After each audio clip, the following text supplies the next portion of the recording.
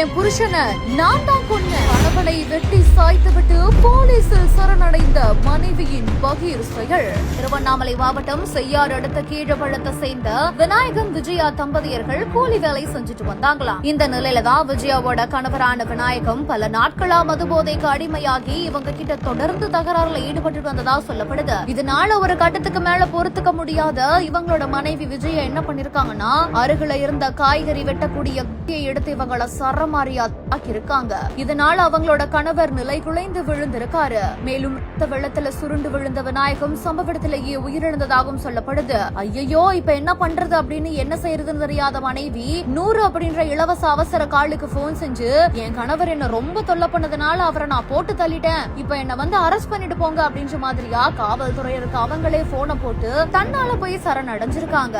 This festive season, travel the world with Grand Royal Tours.